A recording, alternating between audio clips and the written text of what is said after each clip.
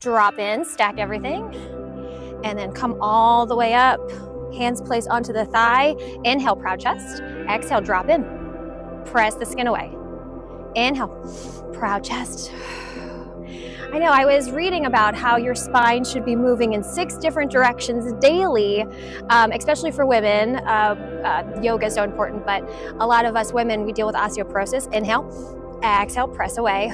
So I'm sure everyone has had an aunt or a grandma or a great-grandmother that always got shorter with age, and that's what happens. So adding in mobility training, inhale, exhale, press, or stretching, just is the longevity. It's really the key to anti-aging. So you're doing so good for yourself. So thank you for being here and training with me. It's always a pleasure. Inhale, exhale. All those creams and dyeing your hair and everything we do for our bodies, and then we forget and we skip out. One more, inhale, on our stretch and mobility training. So it is the ultimate anti-ager.